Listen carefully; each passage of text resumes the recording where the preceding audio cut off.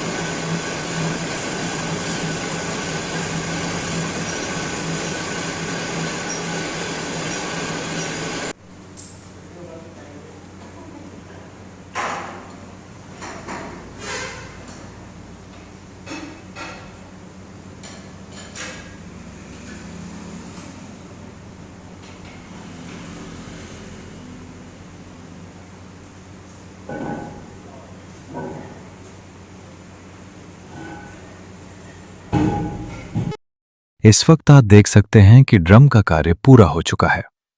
नया ड्रम लग चुका है और ब्रेक भी एकदम सही काम करेगा। धन्यवाद मित्रों, फिर मिलते हैं एक नई वीडियो के साथ। तब तक के लिए बने रहिए, देखते रहिए आपका अपना प्रिय चैनल सरदार भाई बड़वानी।